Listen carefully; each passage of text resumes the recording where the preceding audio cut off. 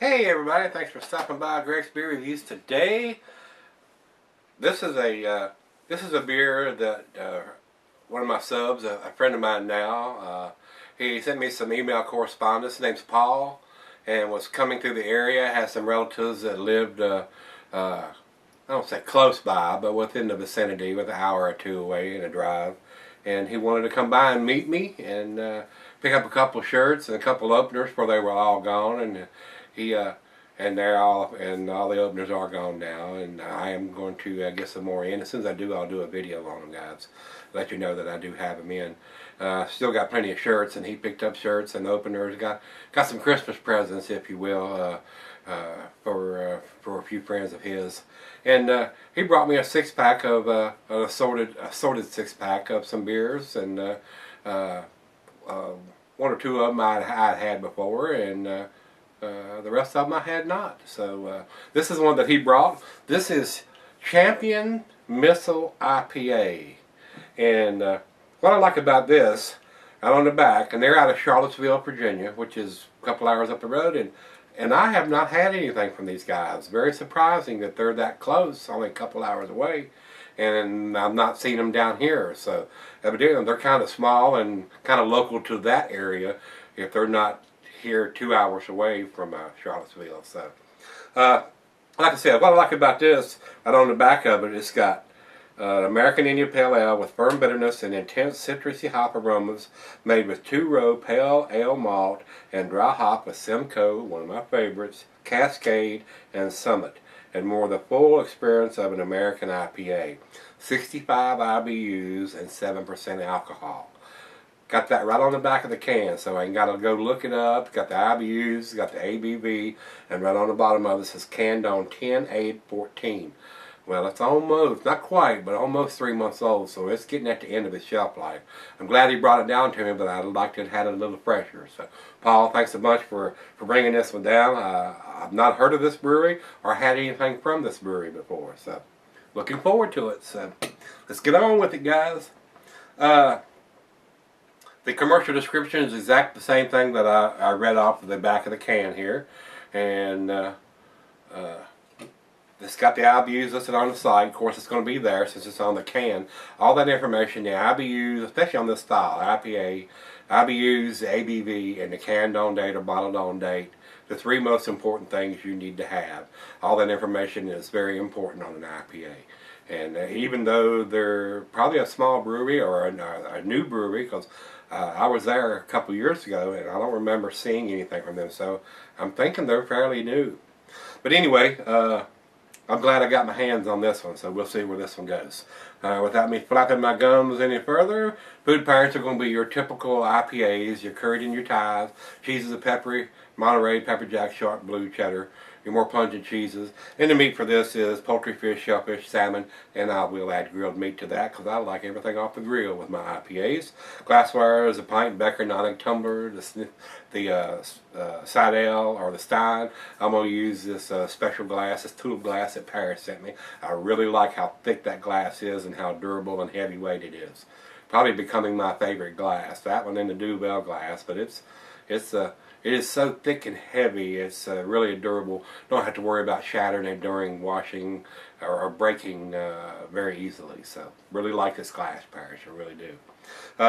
This beer is not recommended for extended cellaring, so let's get it in the glass, guys. What do you think? Let's pop a top on this bad boy and get it into the glass.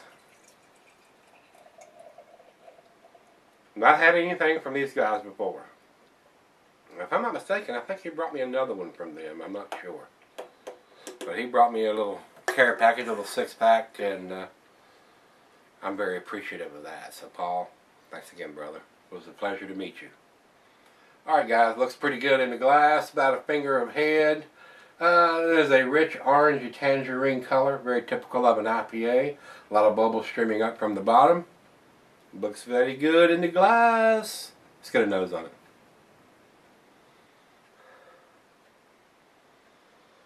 Yep, I'm sure this is a lot stronger aroma when it was first put in the can, but it's still there, but it's fading quickly. Pine, citrusiness, grapefruit, Definitely the pines there, the pine sap.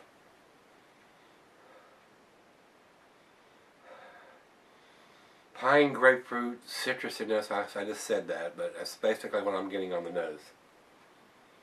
Smells pretty damn good. Smells really good. Simcoe is one of my favorite hops, guys. It really is. And Cascade. I don't grow Simcoe. I ain't been able to get my hands on any of the rhizomes for those, but I do have quite a few Cascade hops growing out back. Not right now. It's in the dead of winter, but I get a good harvest from those. They grow really well in this climate here in Virginia.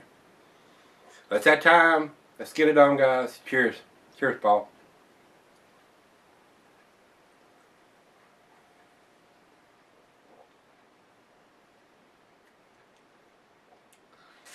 Very tasty. It definitely has a nice maltiness to it.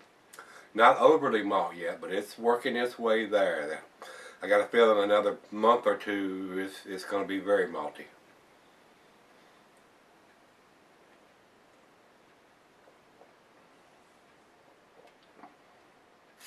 Fairly balanced. Nice hop bitterness. Got a nice malt backbone on it right now. I would have loved to have had this when it was a couple of days or a week old. I bet it would have been really, really awesome.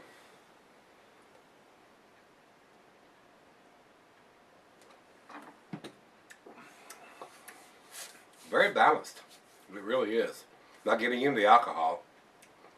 And for 65 IBUs, it's really balanced. I'm not getting a heavy bitterness on the back end like I did yesterday. So let's let it warm up a hair and let the other half taste it, and I'll come back and we'll do the final chug on this one, guys. I'll be right back. Alright, guys, I'm back. Got just a little left here.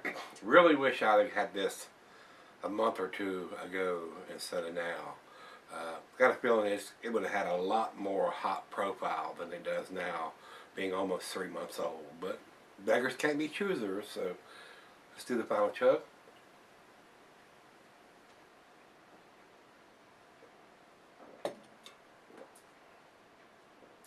Nice piney, citrusy taste. A little bit of grapefruit in there. Maybe a hint of some tropical fruit notes. A nice maltiness to the back of it, to match up with the hop profile up front. I do think, honestly, that it would have been a lot hoppier a month or two ago. So, with that being said, judging the beer for what it is right now, I'm going to give it a 7, which is a B+. I think it probably could have got into the A category, being a little bit fresher, but it is what it is, guys. So, like I said, it was a gift, and Paul brought it by, and I thought I'd review it since I hadn't had it before, and it was delightful. I did enjoy it. Next time to Charlottesville, I'm going to try to pick up some fresher stuff from these guys if I can get my hands on it, and we'll see where that goes. And if I can, I'll re-review it at that time. So, all right, let's go over to Beer Advocate. Beer Advocate says it's 82 in the good range, and Rate Beer says 77 overall and 49 in the style. So, not impressive numbers from those guys over there, but you got to take that with a grain of salt, because a lot of these guys that do the write-ups and the reviews for Rate Beer and Beer Advocate, unless it blows their hair plumb off, you know, they're not going to give it, you know. If they've had Heady Topper or Pliny or some of the other really, really pungent, hop-forward, juicy IPAs, stuff like this is just not going to impress them that much. But if you're new into IPAs and you can get your hands on one of these, it's probably going to be pretty damn hoppy. So I take these ratings with a grain of salt. I disagree with Rate Beer wholeheartedly on their ratings. I think it's a nice IPA. I just think it would have been a little bit better, a little bit fresher. So, but it's still very tasty, and I enjoyed it. So, Paul, thanks again for bringing that one by. I did appreciate it, and it was tasty. I enjoyed it. So, if you've had this one from Champion Brewing Company out of Charlottesville, Virginia, let me know what you think, guys. And let's go see what's in the fridge tomorrow.